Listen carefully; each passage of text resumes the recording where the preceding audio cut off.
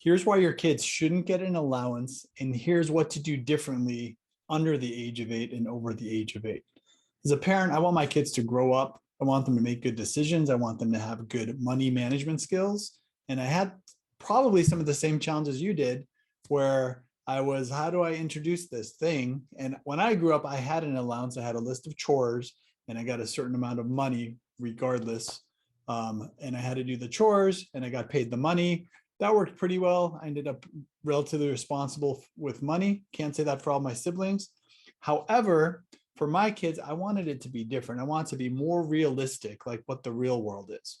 So what I did when they were young, I created a menu of chores that they can choose from.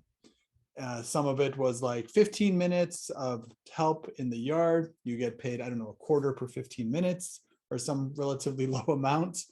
And there were other specific things they can choose to do, clean something up, set the table, make their beds, things like that. Mind you, they were under the age of 8.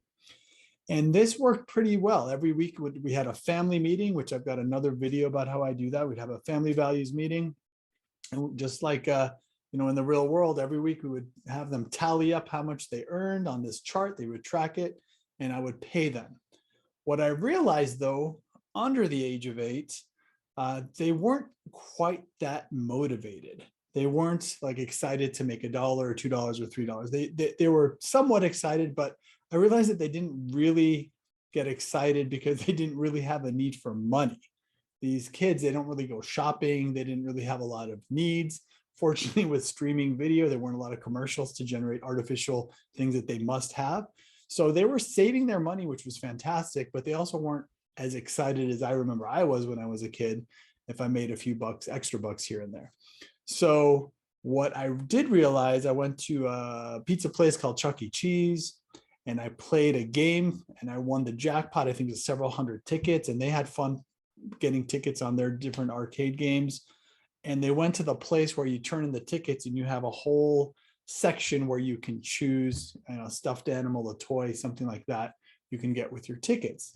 And then it dawned on me that if I can use that framework when they're young, where they could instantly see that they can get something of value for them, then I could better motivate them. So what I did is I changed my menu of chores, and I changed it, instead of pennies or dollars, I changed it to points.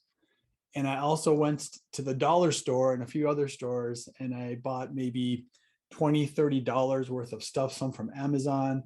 They were into Pokemon at the time, so I had the Pokemon set up. I had some larger things set up. And so we had this whole display, just like at the pizza restaurant, where they can choose from, kind of like at a carnival too. They can choose from those things. Then they made the connection between, hey, I can buy these things with points. And so that got them really engaged. They were coming up with their own opportunities to make money. They were really relentlessly doing their chores. They were competing, saying it's not fair. Someone did more chores than the other person did and made more points. They were trading their things afterwards. So that got them really engaged. And so that was the secret to get them engaged and proactive and doing things that create value up until around age 8 or 9. So that was great. And then at that age, I shifted back to a system with actual dollars and cents. Used the same framework, same chores, added some chores. This was a great discussion with your partner. You get together, you see what are the things they can do. As they get older, they could certainly do more things. They're more capable. And went back to the menu system. Now the menu system, we still do that. My children are 10 and 12, and that's extremely effective. And then we have a saying where we say, hey, find something that you can do to help or solve a problem, and let's negotiate a price, and I'll pay you for it.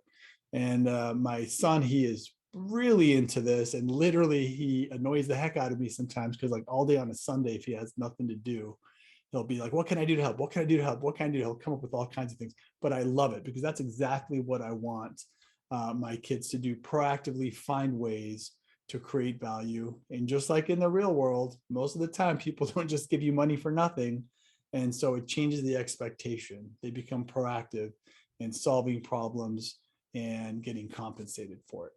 So I hope this was helpful. The next video, if you want to watch on my channel, is how I actually do my family meetings And if you go to impactdelivered.com and submit any questions or anything I can help you with, I really do want to make an impact with other families so that kids can grow up being more independent and making a bigger impact. So you can go to that site, impactdelivered.com, submit your info. I'll be happy to share any tools or things that I have that can help.